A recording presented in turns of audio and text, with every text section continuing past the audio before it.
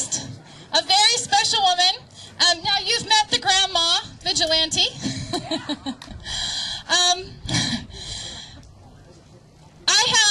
I have a great respect for Cindy. She is also a mother. She is taking care of her granddaughter. And the stories that she tells me of taking her daughter to the bus in the morning while there are illegal immigrants down in the gutter is just petrifying to me as a mother. I cannot even imagine. And our next guest, Michelle Dellacroce, has become extremely upset and concerned with the safety of our children. And she has also been in the national limelight trying to get her message out, and she's got a good one. She's a mother, and she's daggone mad.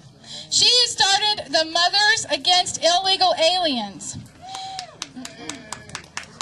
She is the president and founder. Michelle is a Phoenix resident, formerly from Chicago, Illinois, United States Air Force veteran, and mother of two.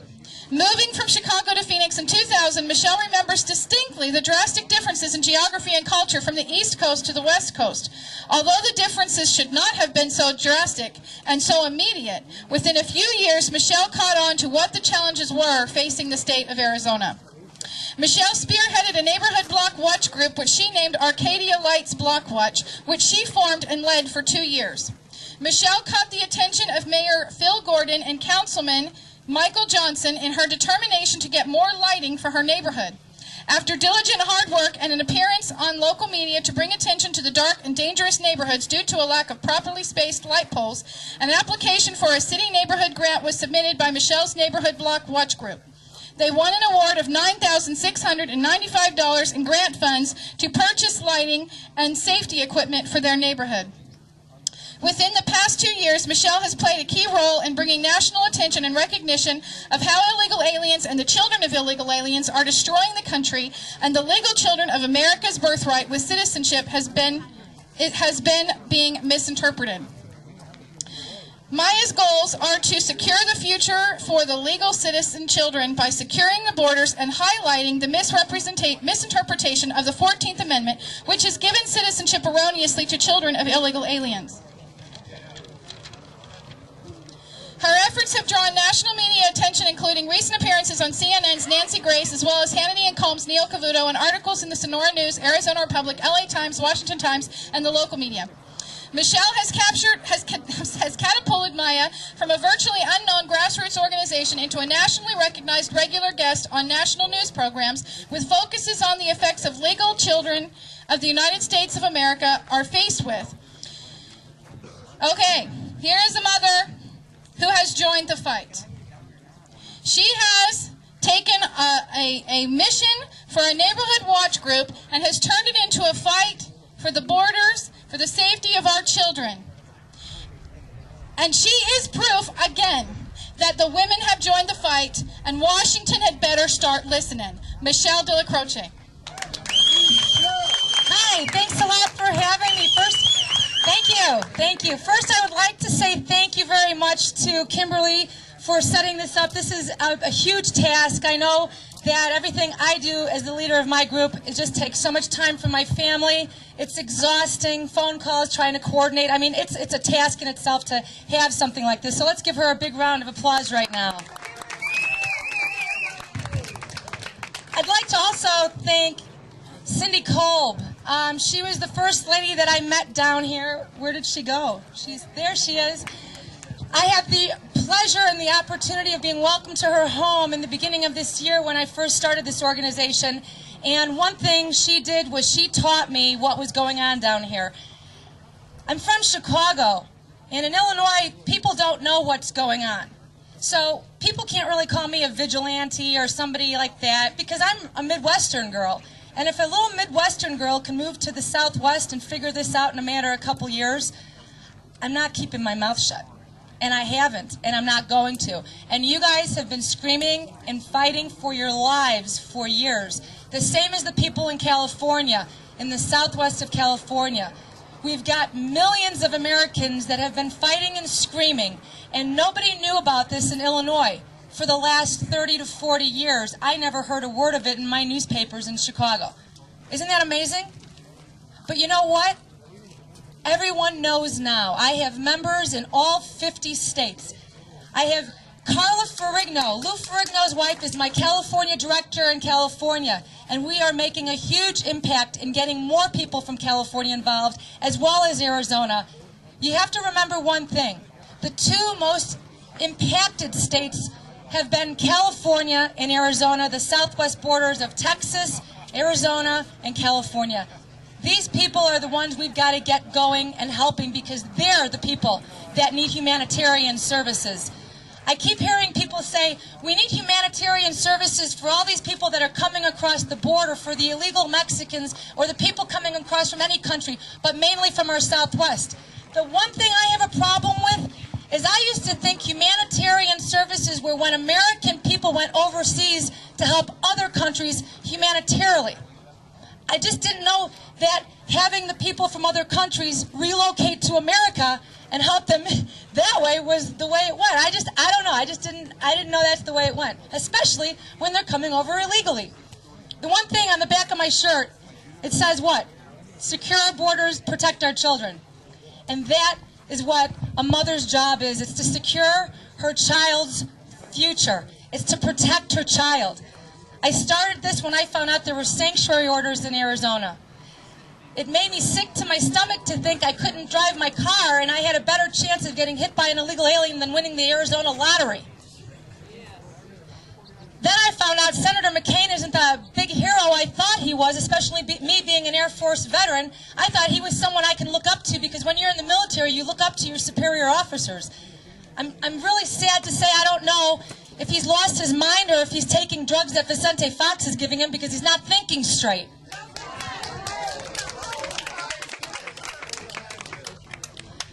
I said this on national news, don't make a million mothers mad.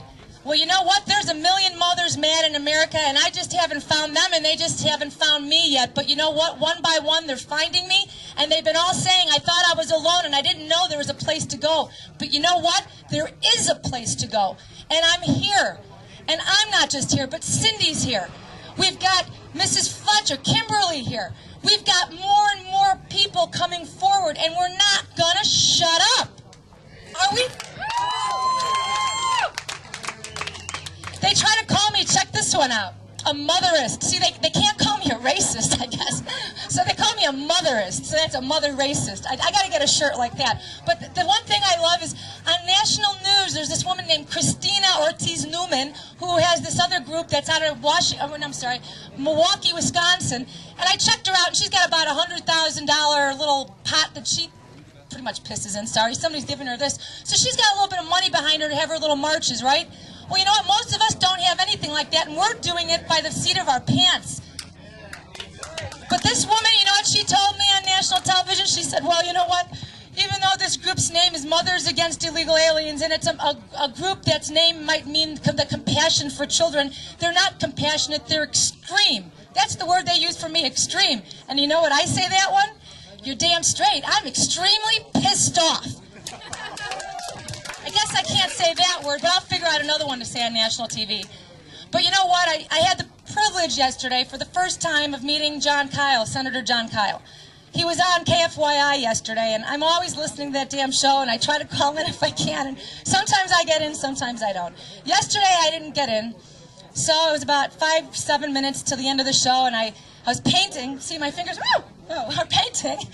And I stopped painting my room, grabbed my shoes. They weren't even on, so I guess you could say I was like a pregnant woman with no shoes on, right, running up. But I wasn't pregnant. I run into my car, tell my husband, open the gate, hurry up. So he opens the gate, and I run out with the car, because KFYI isn't very far from my house. So I'm making my way to the radio station.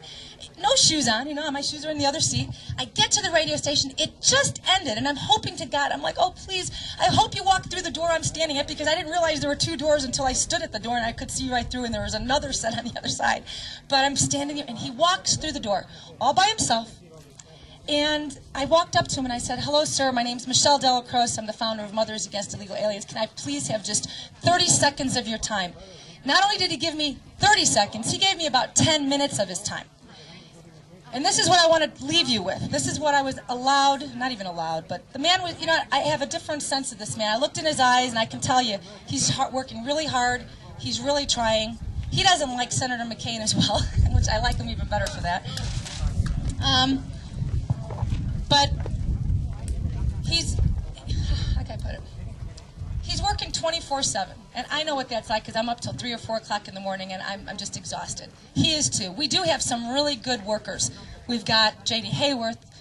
Senator Kyle is working very hard. We've got Tom Tancredo. We have, Yes, him too, Sessions. We've got a lot of really hard-working people. It's just too bad right now. If there was a scale, we don't have more on our side right now than theirs. But I guarantee you, the sand is pouring out.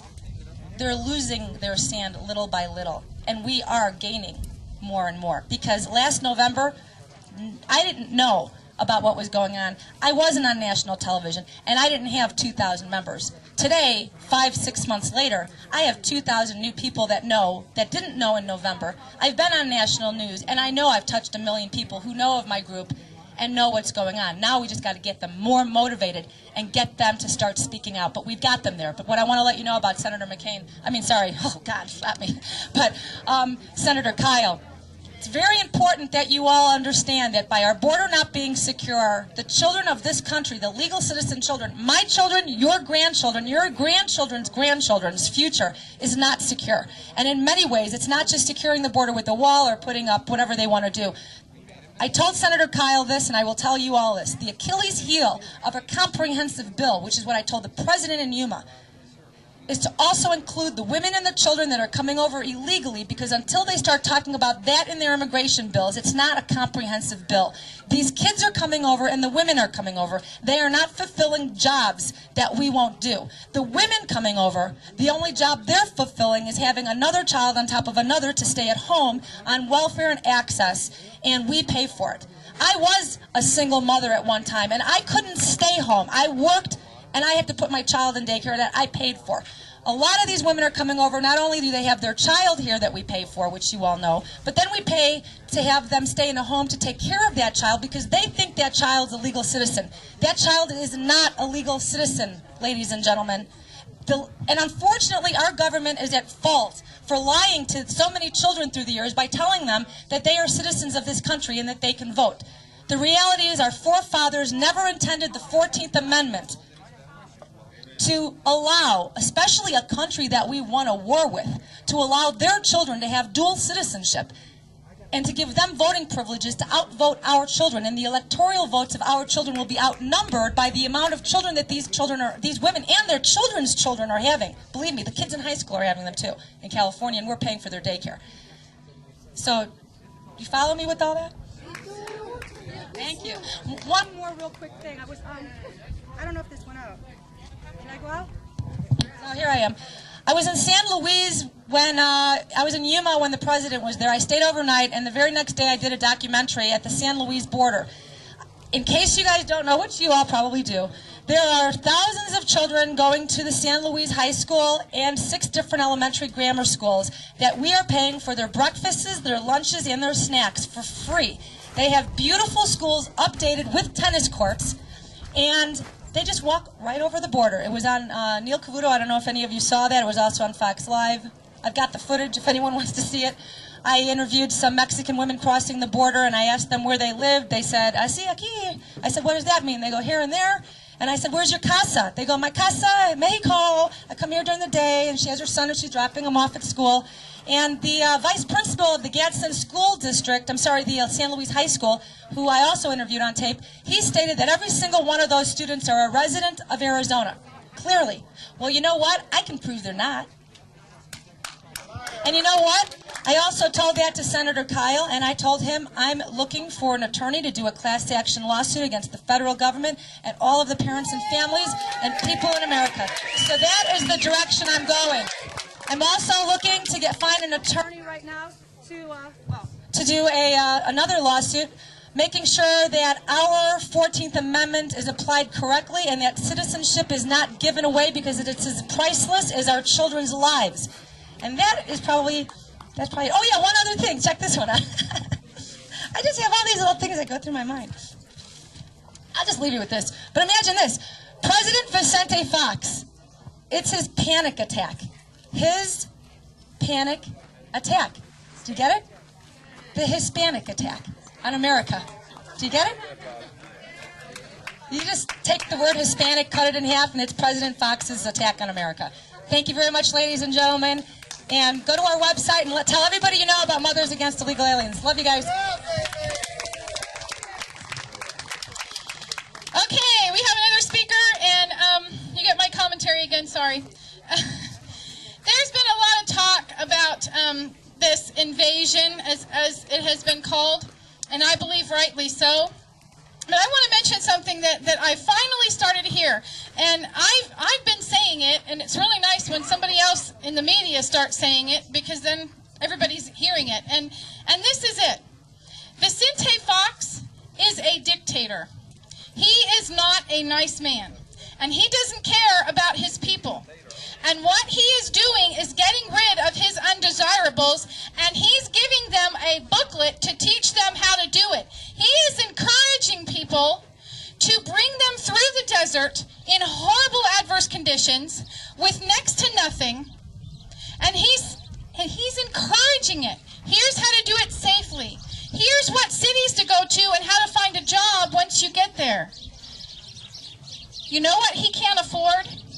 The people who are here in America, who have tasted freedom and who have tasted prosperity, who are from Mexico, he cannot afford to have them come back, because they'll kick his butt out of office. He can't afford them to come back. By us having our borders open, we have allowed his regime to continue in his country. A revolution has been stopped because our government has allowed people to continue to be abused, to be taken advantage of, to be put in very bad places and positions. Our borders need to be secure for the safety of children, for the safety of families, for the preservation of our nation and our right to vote. The mothers have joined the fight, and we are angry. But we're not the only ones. This morning, I've been staying at our next speaker's house, Glenn Spencer. This morning, I went out to have breakfast, which was delicious, by the way, on his porch. And he has a scanner of the Border Patrol, and he's like, Kimberly, you've got to come listen to this. They're all over the place. And I'm listening, and they are. They're everywhere. They were on the roof of a high school. They were all around his fields.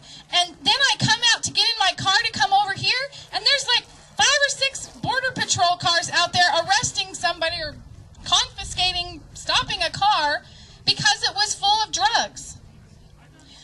Right out the driveway where I was pulling out. Is it even a mile? I don't even think it's a mile. It's right over there. It was right where I was sleeping. You know what?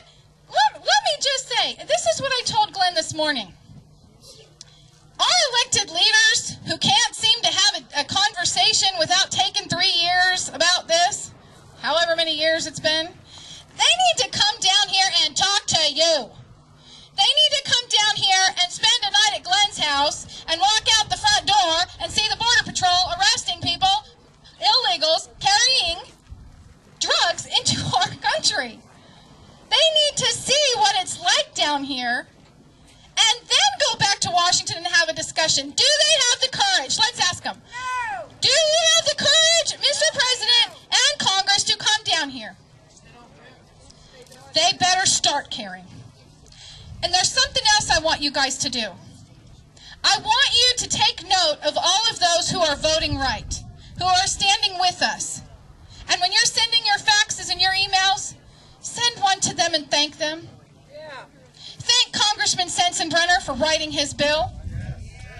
Thank Sessions, thank King, thank all of those who have had the courage to stand up and say, we need secure borders. Why are we having this discussion about anything else?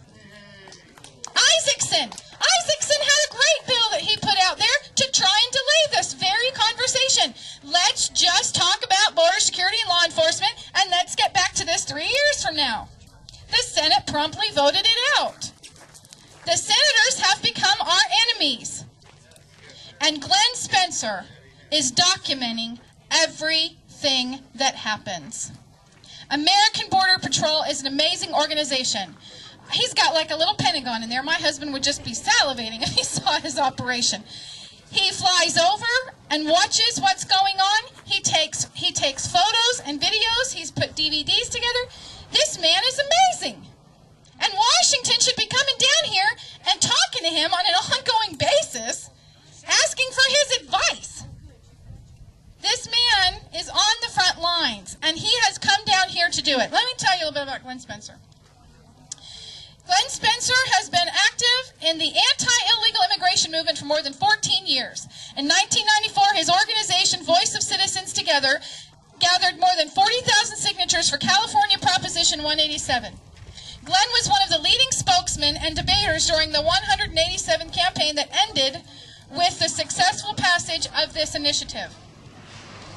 From 1992 to 2000, VCT held monthly meetings, produced a newsletter, placed full-page ads in major Los Angeles newspapers, and held rallies. On July 4th, 1996, a VCT rally at a federal building in Westwood ended in a riot as Americans were brutally attacked by Mexicans and others who oppose any attempt to stop the invasion across our borders. The fight shut down Wilshire Boulevard and was the lead story on ABC News that evening. I think they need to keep running that. From 1999 to 2001, Glenn was the host of a nationwide talk show, the American Patrol Report, that aired on 18 AM stations. On Sunday, May 13th, 2000, Glenn broadcast from Roger Burnett's ranch on the Mexican border. The day before, American Patrol sponsored a meeting in Sierra Vista entitled Illegal Immigration, What Can Citizens Do? Government, our leaders don't want the United States to exist anymore. Now, that may be almost impossible to believe, but all of the evidence is right there before you. And the Senate of the United States essentially just voted to dissolve our nation and our union. And that's what they did. And Bill Clinton, back in 1997, gave a speech on immigration in Portland, Oregon. And these were his words. He said, "But mark my words, unless we handle this well, immigration of this sweep and scope could threaten the bonds of our union." And he was right. He was a smart guy. He knew that the bonds of the Union of the United States are being threatened by immigration, that this flood across the border is an invasion, and unless we handle it well, we're going to be broken up as a nation. But that's what's happening. And the Senate just voted to confirm it. Now, our job is to give the backbone to the Congress and the House of Representatives, that they put down this bill, that we build that barrier. And I'll tell you something. I don't care how many laws you pass that are going to require enforcement on the interior. The people that you have in government are trained to defeat them. The only thing they can't defeat is a physical barrier. You can't turn it off. We've flown UAVs. I fly the border almost every day. We fly at night. We document. I know what's going on. We see it.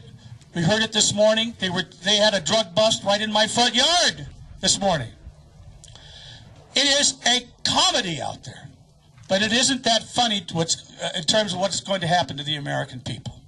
So we've got to give them backbone. We have to build that barrier. When they say that they're going to have a virtual electronic barrier out there, the only reason you know they're lying is that their lips are moving. They are lying. They know it isn't true. By the way, just to give you an example of what we're up against, after we submitted this secret DVD to the Senate and senators saw it and it had an impact, USA Today on March 17th read a story, hate groups gather at the border. And you know who they pointed out as one of the hate groups? American Border Patrol. Say that we go up and we round up illegal immigrants and turn them over to law enforcement. And that the Southern Poverty Law Center has said that we have abused immigrants and that we have illegally detained them. They know there isn't a shred of truth of any of that. But what it was designed to do was to discredit us. They are vicious. I have been at this for 14 years. You are up against a vicious, vicious enemy that think we are all Neanderthals and need to be squashed. That's what they think of us. And they think we are ignorant Neanderthals and should be squashed. And they will do anything they can to do that. But we're not. We're Americans. We understand the difference between a sovereign state and something that has been dissolved before their eyes. And they know we're going to fight for it, and I know you're going to fight for it. And I want to thank you very much. And I don't know, in closing, I'm optimistic now because I believe that you and the other people, the Minutemen and all of this effort, are going to force the media to start asking questions. I got a call from the Washington Post yesterday and wanted to talk about the border. I believe if we can get the debate in front of the American people and we can get the truth out, like I'm just telling you, about who's really doing this to us, who's behind it, and what the plan is, the American people will reject it. Thank you very much.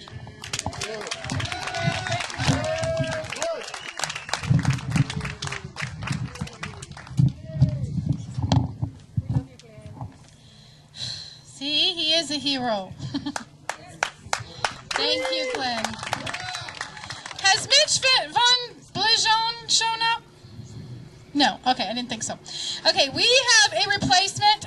Mitch has obviously not been able to find us, and my phone keeps beeping, but I have no service, so he may be driving around, and if anybody does have service, maybe I could borrow your phone and try to find out. Anyway, in the meantime...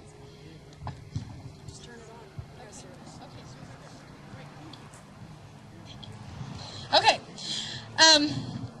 There's something that I want to say before I bring up our next speaker, who is taking the place of Mitch, which is Russ Dove. I want to say something about something Glenn mentioned. I have just been absolutely astounded at how one little word or two little words can absolutely cripple our elected leaders and render them useless. When anybody says the word racist, whether it has anything to do with the situation or not, they are so afraid of that word that it cripples them. Xenophobe. What the heck does that even mean? We're called xenophobes, and how many of you know what the word xenophobe means? About 10%? Okay, well, fill me in later because I'm assuming... Is that what it is? You want a single race? Is that what it is? Okay. Whatever. What I want is a safe and secure America. And if you're going to throw words like racist and xenophobe out there, then I guess we need to address that issue. So before I bring Russ up, I want to read a letter to you from someone who was not able to be here today, but I asked him if he had something that he could send to me, and he sent me this. His name is James Reza. He lives in Fort Worth, Texas area. He is a United States citizen who is from Mexican heritage. That's how he introduces himself, so people know. In case you didn't catch my accent, I'm from Mexican heritage and I'm ticked off. This is what he had to say to all those people who are saying that we are racist, and this is a racism issue. The article is called Opinion, an Insult to Dr. King Memory. Today I witnessed on Channel 4 KVFW one of the most insulting remarks in reference to the heroic efforts of Dr. Martin Luther King uttered by Mr. Domingo Garcia, ex-Dallas City Councilman, and a member of LULAC, an Hispanic organization. I might be paraphrasing somewhat, but he stated that the plights of illegal immigrants are in step with the same discrimination blacks suffered in our country prior to the civil rights era. That's an insult to the blacks who suffered in that era. That's my comment. And he says, "Excuse me, Mr. Garcia, I saw with my own eyes the despicable and unjust treatment of black Americans here in Fort Worth, and believe me, they pale in comparison. Not only did I witness the horrible treatment of blacks, but also I, as an American of Mexican heritage, to some extent experienced the exact pain of their discrimination. Let me reference the differences and how ridiculous Mr. Garcia's statements are in comparing the discrimination of blacks and American Hispanics to the supposed discrimination of illegal immigrants. Let me begin by saying that blacks and American Hispanics in the pre-civil rights era could not rent an apartment or a house, nor buy a house in white communities. Today you see illegal immigrants living almost wherever they please. Blacks and American Hispanics Hispanics in some parts of Texas, had to sit in the backs of buses. Illegal immigrants today can sit in a bus wherever they can find a seat. Blacks and American Hispanics could not attend a public school of their choice, even though they paid school taxes. The children of illegal immigrants today can attend any public school and are even taught in their own Spanish language. Blacks and American Hispanics could not enter white entertainment establishments, bars, theaters, dance halls, etc. Illegal immigrants today can enter any entertainment establishment. Black churches were bombed and their children were killed, and when they protested their unjust treatment, even though they were born here and were American citizens. I've yet to see a Hispanic church of any denomination bombed during these recent illegal immigrant protests, even though my own Catholic Church fully supports their efforts. Blacks were not allowed to marry white women. Today, I've seen many illegals dating and even marrying white women. Politicians, particularly from the Democratic Party who were in power then, never came to defend the rights of blacks and American Hispanics. Today, both major political parties are stumbling over each other to come to the aid of illegal immigrants, while totally ignoring our immigration laws already established to protect American citizens. And his final note: my fellow black Americans, you were brought here as slaves, freed, and were still denied your God-given freedoms as Americans. The only sin you supposedly committed was the color of your skin. Still think illegals are treated as bad as you were? I saw your sufferings, and I don't think so. There's something I have to say that I have been saying to radio every time they'll listen to me. Don't you dare tell me this is a racist issue, at least not on our end. And if you want to bring up racism, then let's talk about where it really is. Because Martin Luther King Jr. said that he had a dream to live in a country, in a nation, where people would be judged by the content of their character and not the color of their skin. Who is it today that is using the color of skin and the time that they have been in our country illegally to determine citizenship? It is not us. Kennedy and McCain have put together a bill that turn racism into a real issue. And you who are here legally are the ones who are getting the short end of the deal, and you are the ones being called racist. Senator Kennedy and Senator McCain, if you want to introduce the racism argument, then you, gentlemen, are the racist in this scenario, and you need to stop. I would now like to introduce Russ Dove. I don't have any really cool written notes, but I can tell you what I know about him. He lives in Tucson, Arizona, and he has been at the forefront of this battle in Tucson and in various areas. He is a great guy who realizes the importance of putting God first in your life and the importance of preserving the land that he left us. This is our legacy, folks. It's our responsibility to keep it going. Wow, what an honor to be here today, and how things have improved in the last 3 years. I'm excited, and I'm here to tell you, compared to what I saw 3 years ago, we have come so far, and you have good reason to believe that this battle is winnable. We've got a lot of work to do yet, but it is winnable, folks. This isn't the first time the Republic's been in trouble. And remember, this is a republic with a representative form of government.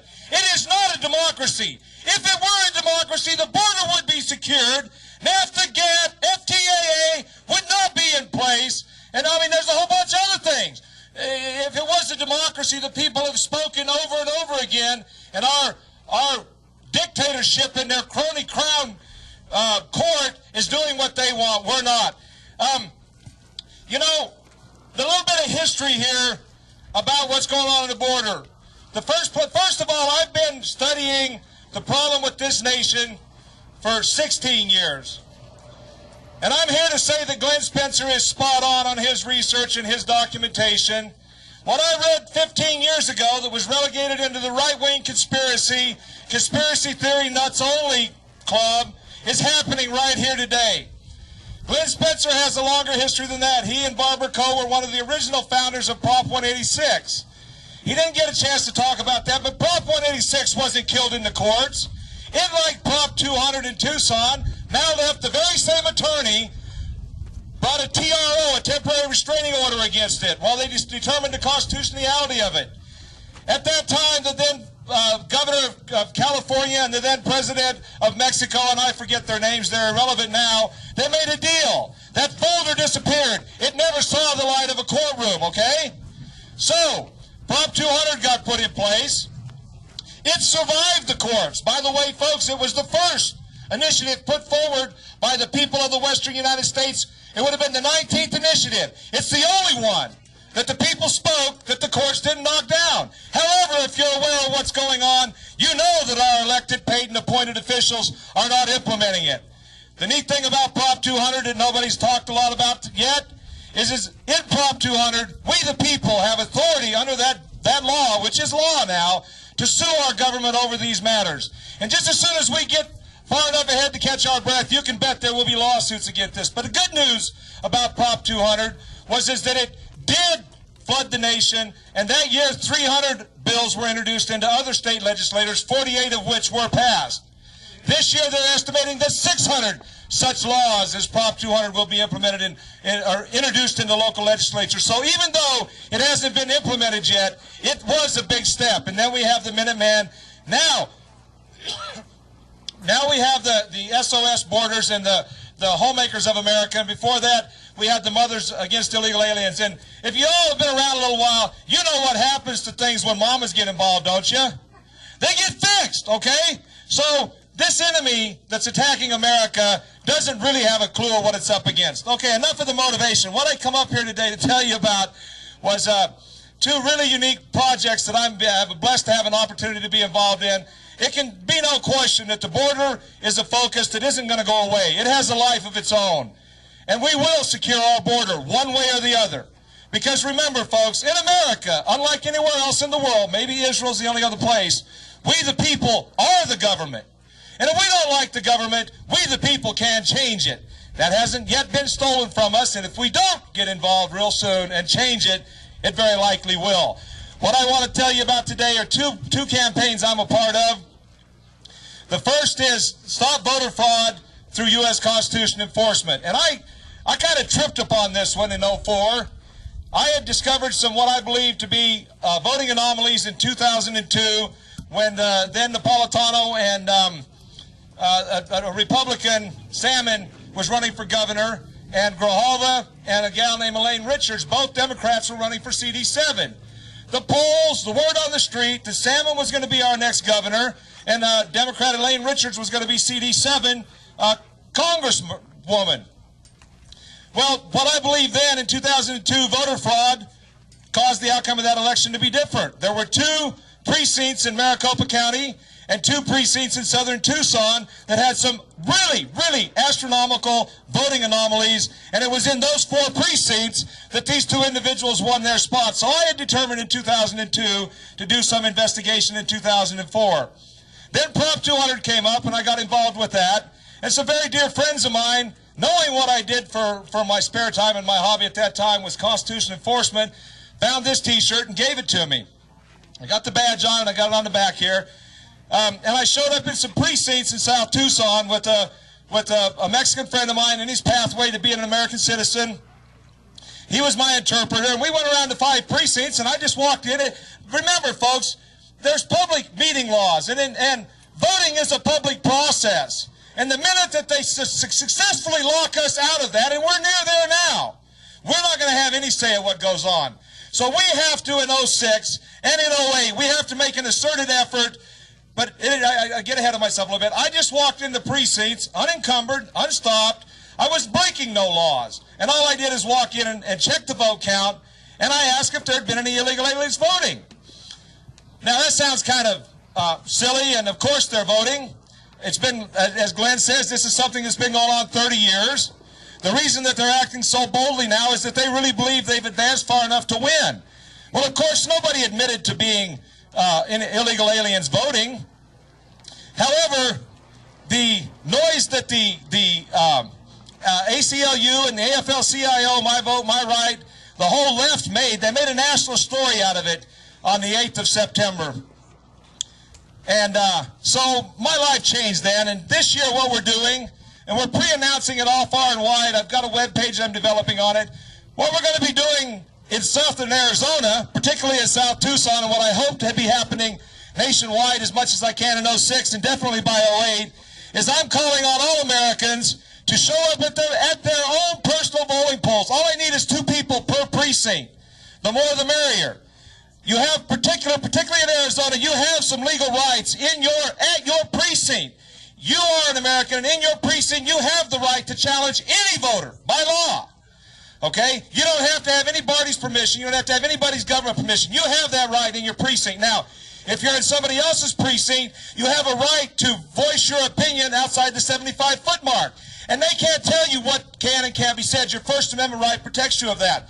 So what we're going to be doing is that we'll be available online a citizens English-only initiative. And we're going to go by pairs, follow the model of the SOP of the Minuteman. We're going to have cameras, we're going to have cell phones, and we're going to have FRS radios because the precincts are close enough that we can communicate by radio. We're going to notify the towns and the law enforcement that we're doing this, and we're going to ask every voter to sign our petition. Those who cannot speak to us in English, we're going to raise a red flag, we're going to call them an illegal voter, and we're going to take their picture and put it on the web. And we're pre-announcing this, and I'm inviting you all to join us, okay? Because if we don't, we got to protect our borders, but if we don't protect our vote, there ain't going to be nothing left on the inside of it to protect, okay? And that's got to make sense to y'all. I have another wonderful project campaign that's going on that I want to share with you also. Now, how many Democrats are in the audience today? Are there any Democrats here today? There we go. It's not a big surprise because the media would have us believe that this is a Republican problem only. Those right-wing, xenophobic racists, they just don't like them Mexicans. Well, we know it's not that. We know it's about freedom, and we know it's about our country. The polls show 70 to 90% of Americans want our borders secured and our immigration camps held to where they are legally. Those can't all be Republicans, folks. And besides that, I believe that there's a movement already in the Republican Party, and Americans will successfully take back the Republican Party. But even when we do, we're only going to have a half a wheel. We can't make this wagon roll on a half a wheel.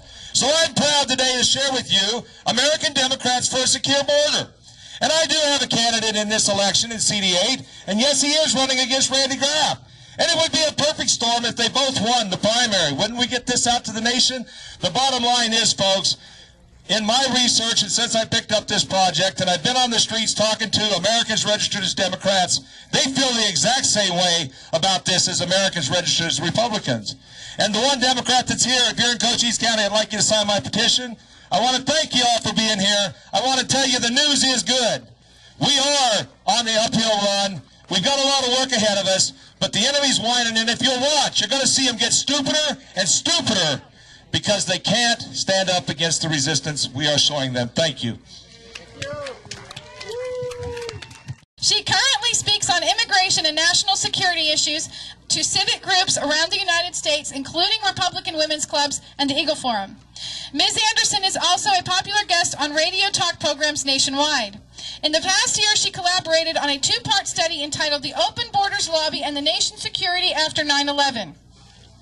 David Horowitz, editor for the Front Page magazine, published the study and also wrote the foreword. Before becoming involved in the illegal immigration issue, Ms. Anderson worked as a consultant and senior analyst for national security and terrorism issues in the Washington, D.C. area. Her focus was on the China-Asia region, including business, military, and academia. Ms. Anderson has lived and worked in Australia, New Zealand, Taiwan, mainland China, and Hong Kong. She has traveled extensively in India, Malaysia, Vietnam, and the Philippines. Before going overseas, she worked on Capitol Hill for Arizona Senator Barry Goldwater, Congressman Jack Kemp, the House Republican Conference, and the National Republican Congressional Committee. Ms. Anderson is a graduate of the University of Arizona and the American Graduate School of International Management, Thunderbird School in Arizona. Between 1995 and 1998, Ms. Anderson audited advanced study courses at the National War College of the National Defense University in Washington, D.C. It is a very special honor for me to recognize this woman who is an American patriot. I guess she's probably one of those vigilantes too. Miss Erin Anderson. It's been a real privilege for me to be able to speak on behalf of Eagle Forum around the country, but there's something really special about being able to speak at home, just a few miles from where my family's land is. I came a little bit late to this issue directly as a result of 9/11, not too unlike Kimberly's husband, who was working in the Pentagon. I happened to be in the parking lot of the Pentagon on 9/11. But also, I know how it is for all of us here on the border, where it's kind of like living in a DMZ, where to get from the kitchen door to the barn door, you need to carry a weapon. But the person who got me most involved in this issue, actually, there are two, but they're no longer with us. I wear an angel always when I speak, and this angel was given to me by B.J. Kirkendall. Some of you may know who she was. She's a rancher from over in the next valley over. The other gentleman was Mr. Harvey, Henry Harvey. He used to take me for rides along the border. We've heard about how we're accused of militarizing the border. Well, Henry Harvey showed me how the border is already militarized by the Mexican military. Because I've stood on the border with him, and we saw the Mexican military on the other side. In the opportunities that I've had to speak around the country talking about our valley, here in the San Pedro Valley, or the next valley over, our county, I'm hearing from other people what it's like in their communities now, and I'm learning that we're not only a border community here, but every town in America now is a border town. Last summer I was listening to a congressional hearing, and a woman was giving testimony about what had happened in her valley. And she used a phrase, "Our way of life in our valley is over forever." The valley she was referring to is not in Arizona. It's in Virginia. It's the Shenandoah Valley. The Shenandoah Valley, as many of you know, is sacred turf for Americans. Sacred turf. But that valley has been run over, overwhelmed by illegal aliens, MS-13, and meth labs in the Shenandoah Valley. What Malaysia has done is she has notified the illegals in her country that you have between a certain date and this date to gather up your affairs, close them out, and go home. If you are still in my country in Malaysia, they say, after this date, then we're rounding you up and we're deporting you. Not a problem, and that's how Malaysia handles it. I should mention to you, Malaysia is a Muslim country, and so is Indonesia. But this has never given any kind of media attention whatsoever. But that is how Malaysia has solved the problem, regularly rounding them up and deporting Indonesians. So there's absolutely no reason why this country can't do exactly the same thing.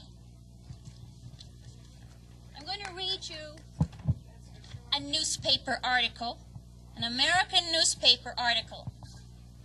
And this article went out all over the United States. It was a result of a press release issued by the Department of Defense. The title of the article is "The U.S. is to build a $7 million fence on the Mexican border." I'm deliberately not giving you the date of this article yet. But it starts out, "Uncle Sam is building a giant fence along the Mexican border. It's 1,200 miles long, and while its posts are of wood and other building materials, its rails will be American soldiers."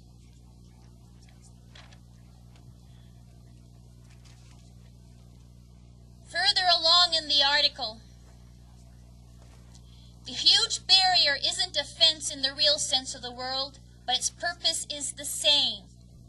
It's a double row of cavalry patrol stations, barrack buildings, and miscellaneous structures stretching from Brownsville, Texas, through to Arizona on the edge of the Great Desert. Currently, there's been 10,000 soldiers assigned to a certain area These soldiers have been out of luck during the war with Germany.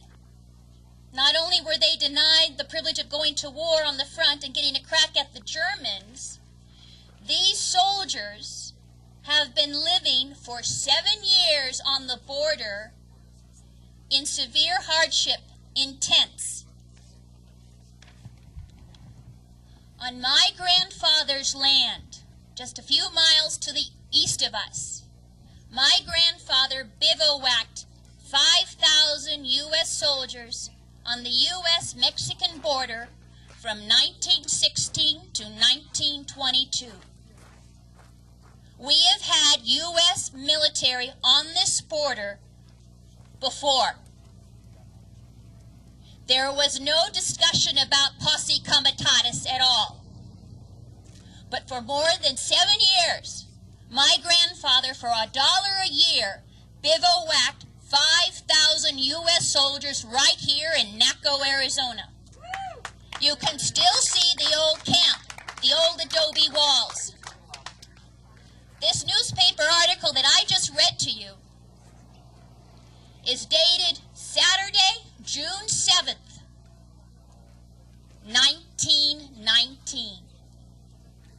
In 1919, we'd already had soldiers on this border for 7 years. And they are now recognizing that they needed to build more installations along the border. This is 1919, long after the issue with Pancho Villa and the ending of World War I. It's a national security issue now, just as it was then, and the enemy is still Mexico, and the enemy is still coming across that border. The playbook has already been written.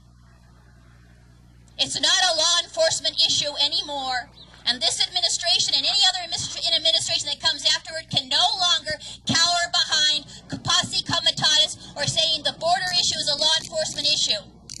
It's definitive. It's been written. You only need to go back to this article and the archives and they can see we've done it before and we can do it now. So it really doesn't matter what this president does, because after that speech he gave a couple of Mondays ago, talking about pathway to citizenship or whatever the hell he wants to call amnesty, however he dresses up his dog, it's still a dog. This president is now irrelevant.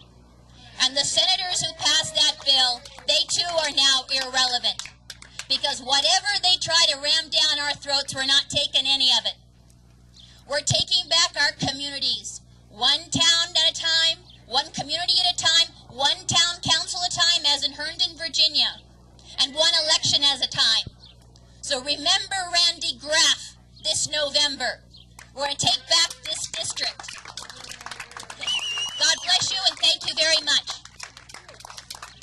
In case you guys don't know, the border fence project is well underway, and the Minutemen have been spending the last week building a fence, and the property owner who is having this fence built on his property is here today. And so I thought that he would like to give a little report about the border fence project and what he and the Minutemen are doing to try and make a difference. David Walker. Good afternoon. It's my Uncle Jack and my cousin John Ladd that own the ranch now, but my great-grandmother homesteaded just east of Naco, or just west of Naco, I'm sorry.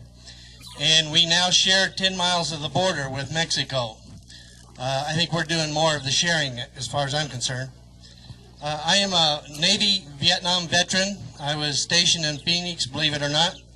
Patrolled the canals to keep the miniature submarines from coming up the Colorado and getting in the canal system in Phoenix. Now I do that same job along the San Pedro and the Greenbush Draw.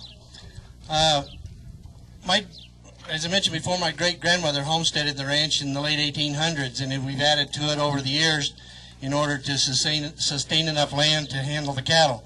One of the problems we have is that our cattle get into Mexico, but most generally it's the other way around. The Minutemen have seen fit to help build 10 miles of fence. People wonder what a 5-strand barbed wire fence is going to do to keep illegal aliens out. Well, it's not, but what it will do is keep the cattle in. It's a third fence along the border with our particular ranch, because we'll have a fence There's what's left of the border fence, and then there's a fence that the Mexican ranchers have built on their side. So if the cattle get into it, believe it or not, cattle aren't real smart. You can cut a hole in all three fences straight across from each other. They're not going to figure it out. So we'll end up being able to round them up and bring them back without having them get into Mexico. When we first moved back to the ranch 13 years ago, we're living on the extreme west end of it. My wife and I would get our bags and go out and pick up illegal trash. A lot of it clothing, a lot of it backpacks, a lot of it hats. For a while I had about 160 hats hanging on my fence, but the fence was so rusty it started breaking it, so I had to take them down. I always wondered why 99% of those hats were U.S. speaking hats. American colleges, American ball teams, American companies. I took a trip to Altar, Mexico, which is due south of Sasabe, which is out in the middle of the no man's land desert around the Ajo area. And there are vendors in that town that sell those hats to the illegal aliens for $15 and $20 a piece so that they can quote unquote blend in. But anyway, to make the short story longer, we were out picking up trash, and again, it was a mixture of everything. And we had a pickup truck 3 levels load already, and my wife went up this little ditch, and she was going to pick up some clothing that was laying in the ditch. And our little dog, we've got a Springer Spaniel. What the hell are we doing with one of those on a ranch? I'll never know. But she was kind of walking up the ditch with her. And as my wife approached the clothing to pick them up, they got up and ran away. There were 15 illegals that were pressed just as hard into that ditch as they could get, hoping they wouldn't get seen. So I appreciate everything that you folks do. I appreciate the fact that you're willing to write your congressmen. And don't just stop with ours. Write them all. Get them in the email and send them a mass email, because we've got to do something. And I appreciate the Minutemen for helping us build the fence. Thank you.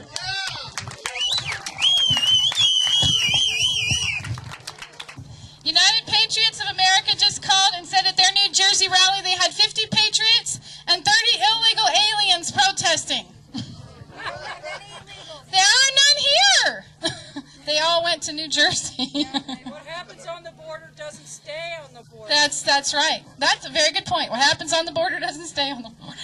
They're in New Jersey now. Okay, wait a minute. You guys all know our last speaker, and let me just say, aside from the fact that I mentioned this to him, aside from the fact that my husband would just love to hear about his golf stories, my husband's a big golfer, I found that fascinating about him.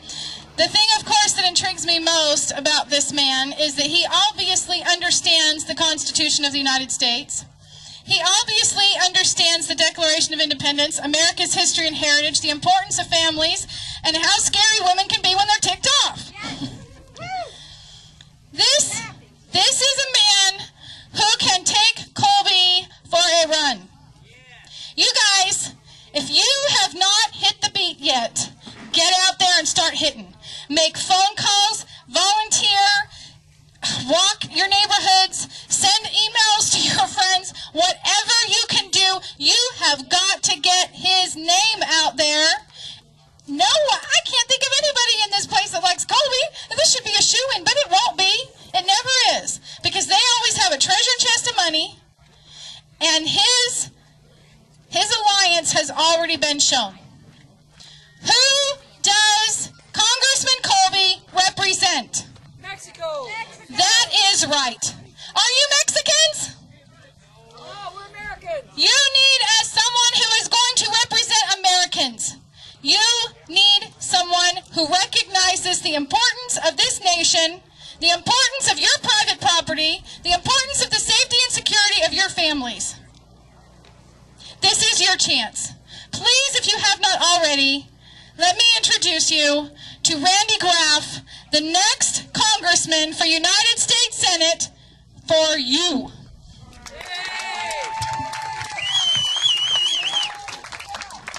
Thank you, Kimberly. It's certainly a pleasure to be out here today, and I'll tell you what, I want to thank all the speakers here, and especially all of you folks for being out here today. You've heard a lot of people up here talking and have a lot of passion about this issue, and I'll have to admit, there's a lot of people that have spoken here today and a lot of you folks that have been involved in this issue a lot longer than I have. Kimberly mentioned I was in the golf business, working, raising a family, and doing all the fun things. And but in 2000, I ran for the state legislature, and in 2001, my first year in the state legislature, I began to see the impacts of what illegal immigration does here locally. I've been a resident of Southern Arizona here since 1984. And when you get in the legislature and you see the impacts on our education system, you see the impacts on our healthcare system, you see the impacts on the environment, the cost to the taxpayer here in Arizona, estimated $1.5 to $3 billion a year just to the taxpayers here in Arizona. You begin to see the magnitude of this problem. And then you begin to realize that Congress has done absolutely nothing. You've got people in Washington, D.C. and the U.S. Senate like Ted Kennedy, who's been screwing up immigration since 1965. You've got our own congressman from right here in Arizona, Congressman Jim Colby, who 2 years ago is the reason I ran, is the reason that the immigration bill that they put forward, Congressman Colby and Senator McCain put forward, and then in January of 2004, President Bush came forward, gave his speech, and basically adopted their guest worker bill and their amnesty provisions. And I said, enough is enough. So we dropped out of the state legislature and decided to run against Congressman Colby because this issue and the impacts that we begin to realize it has all over this country, the American public is tired of the status quo. You're all familiar with the impacts. Whether it's the fire up here in the mountains, whether it's the trash in the deserts, once again, our tax dollars, our education system, our healthcare system, this isn't a partisan issue.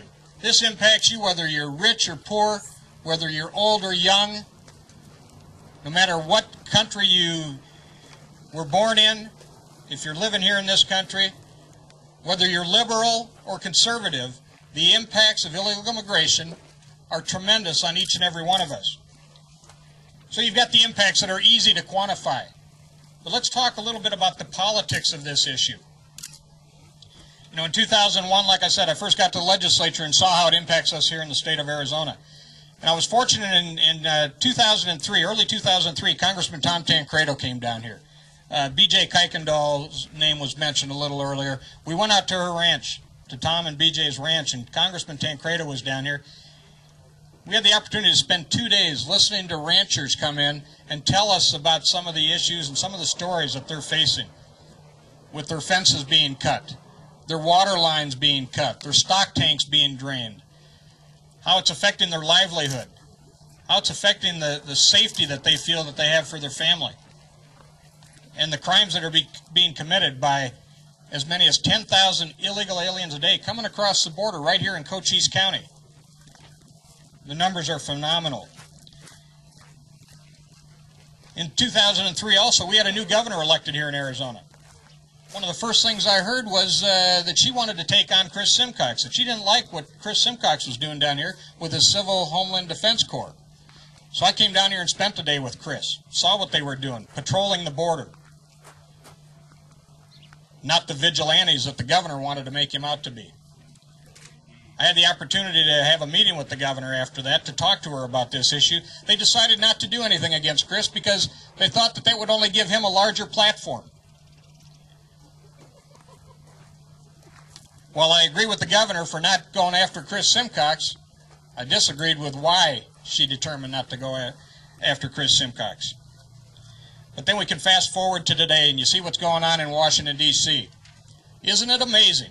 You've got 435 members of the U.S. House of Representatives all up for re-election this year. What did they accomplish? They passed a Security First bill. The U.S. Senate this year, you've got 1/3 of our U.S. senators up for re-election. To a T, the 1/3 that are up for re-election voted against, all except possibly one, voted against this amnesty bill. Do you think the politicians that are up for re-election are getting the message? And this isn't just here in Arizona, although the impacts we face are probably a little bit more severe. But when I hear from my dad in Wisconsin, and we hear from Erin as her travels around the country, and start seeing what's going on, whether it's in Herndon, Virginia, or California. And you see a governor here in Arizona that I believe is called 2 states of emergency and is yet to deploy 1 National Guardsman. How do you call a state of emergency and then not do anything other than get your name in the front page of the Arizona Republic and the Arizona Daily Star? Now, earlier this year, we saw the marches going on across the country. And I forget the reporter's name, but in the Chicago Sun-Times, I believe it was, he wrote a reporter wrote a very good statement. He said, well, all voters can march, not all marchers can vote. And I think that sums it up in a nutshell. Well, these people are out marching for rights that, first of all, they don't have a right to be here, most of them. We're out working, raising our families. We get to do our marching on Election Day. That is where we will be successful. 2 years ago, I ran against Congressman Jim Colby under a simple premise. If you can't change your congressman's mind, you change your congressman. This year, Congressman Colby has decided not to run again.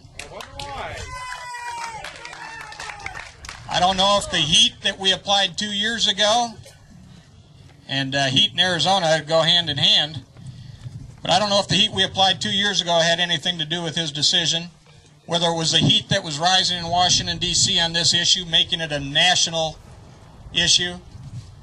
But for whatever reason, this is an open seat, and this should be one of, we have an opportunity here. This will be one of the top races in the country on this particular issue. We have an opportunity to take a different message to Washington, D.C. from ground zero on illegal immigration. A completely different message. A message when you've got a congressman from the border down here going back to Washington, D.C. saying that, hey, this open border, it's not a major problem. Illegal immigration, hey, we can't secure the border. And to the extent that we need to have an amnesty provision, and I've been in Washington, D.C. here the last few months, and I use the word amnesty when I talk to some staffers from the White House, and let's just say they don't like that word. But that's exactly what this measure coming through the Senate is.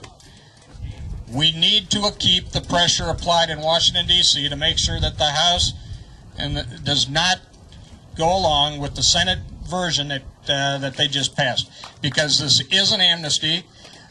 Rights are given to people that we don't have as U.S. citizens. Would you like to pay 3 out of your last 5 years of taxes?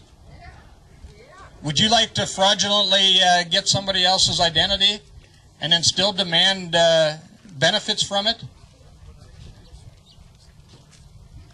It's ridiculous what has come out of the Senate. We need to make sure the House holds their feet to the fire. No bill that came out of the Senate is better than passing something bad. We will have another opportunity, and we've got a primary here September 12th. If you are a resident in Arizona's 8th Congressional District, I ask you to get involved. Talk to your friends, talk to your neighbors. Make sure we get people to the polls September 12th, because we've got a 5-way primary in this Republican primary, and the congressman has endorsed one of my opponents in this race. And that opponent and most of the other opponents in this, or the other candidates in this primary, are all talking tough about securing the border, yet they're supporting the congressman's guest worker plan.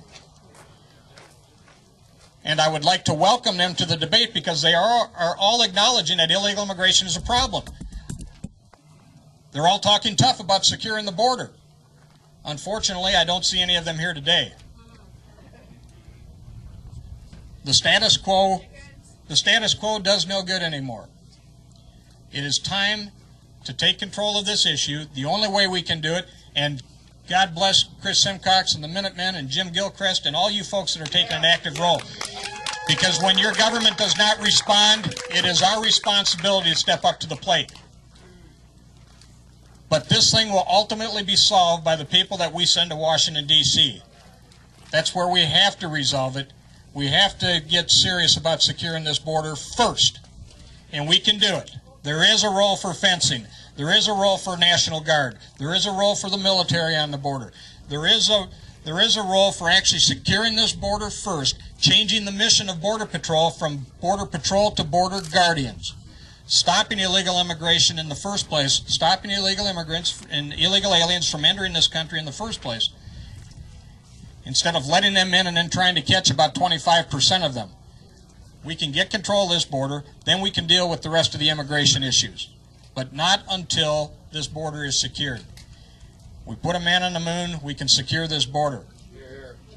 Speaking of securing the border, this afternoon Carmen was down here and she wanted to make sure I reminded everybody, if you haven't been out to where they're building the fence and you'd like to go spend some time out there, I think there's room for people and for helpers out there. I was out there last Saturday when they kicked it off. We had Congressman Steve King down here, and a lot of Alan Keyes was out here, and a lot of other folks. Obvious support of securing this border, so we can get it done. We need your help. Keep the pressure on Washington, D.C. They all get back there this Monday. We need to make sure the pressure is applied so that they do not do anything that will harm this country. We need to make sure the House applies the pressure on the Senate. I'm confident they will. And when we get through this September primary and I get elected to Congress in November, we will take a completely different message to Washington, D.C. And with your help, we will get it done. We will secure this border, and we will protect this country. God bless you all. God bless this great country of ours. Thank you very much.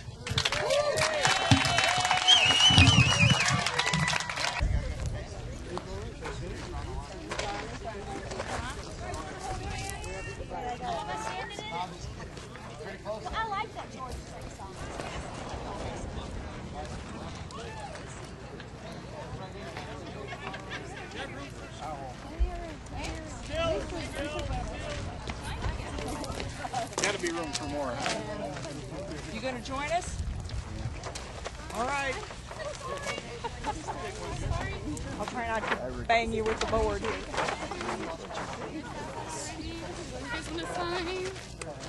Secure our borders now! Secure our borders now! Secure our borders now! Secure our borders now! Secure our borders now! Secure our borders now! Secure our borders now! Secure our borders now! Secure the borders now! Secure our borders now! Secure our borders now! Secure our borders now! Secure our borders now! Secure our borders now! Secure our borders now! Secure our borders now! Secure